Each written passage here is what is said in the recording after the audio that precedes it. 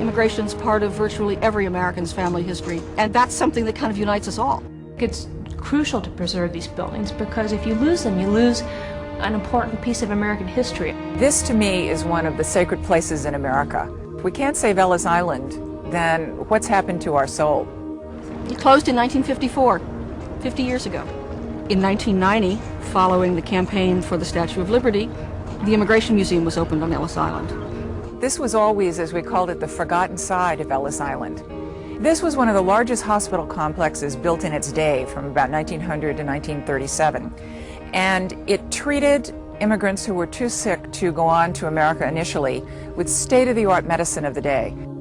We are on the south side of Ellis Island in a corridor that leads between some of the wards with the immigrants who came in for the medical inspection but didn't pass.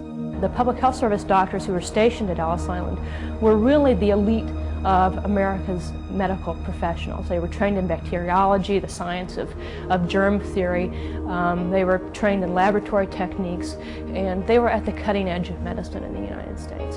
But the thing I remember most is, are the pictures of the immigrants. There were a lot of children here. Children, what we would consider children, would often be traveling alone. A 12-year-old girl might be bringing her 5-year-old brother.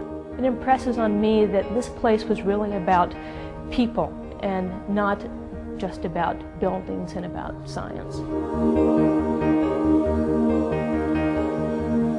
I don't think you can come through Ellis Island, see the exhibits in the museum that is restored, or walk through and see these haunting buildings and not be moved.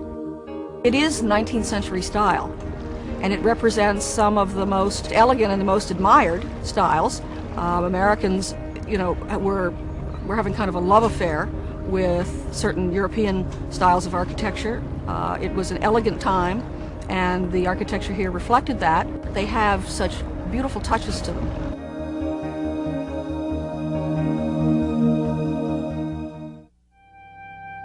The National Park Service is the steward of this great site.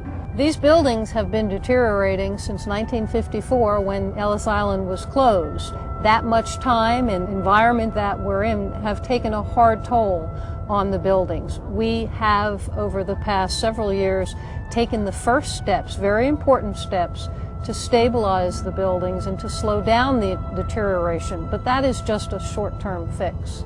We've come a long way over the past several years, but we have so much further to go. And we can't, in the National Park Service, we can't do it alone. We've never intended to do it alone. Working with our partner, Save Ellis Island, and with the private sector, that's how we're going to be able to bring this place back to life again. Save Ellis Island is a nonprofit organization and the National Park Service's designated partner for the remaining 30 unrestored buildings on the island. We're working on the restoration and reuse project. The Ellis Island project is going to do more than just restore and revitalize the buildings. It is going to create a world-class conference center, a learning institution, and a leading destination for tourism and families. In a project such as this one, there will be some public funds that would include some federal funds and some state funds. Then there are private funds, and that really involves corporations, individuals, foundations, to help raise the total dollars that we're going to need.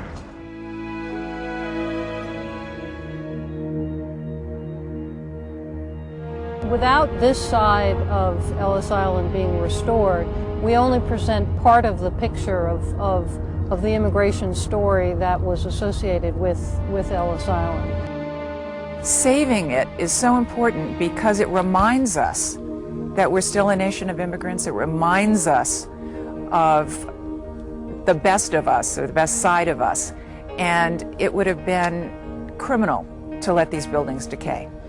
Ellis Island doesn't just belong to the greater New York, New Jersey area.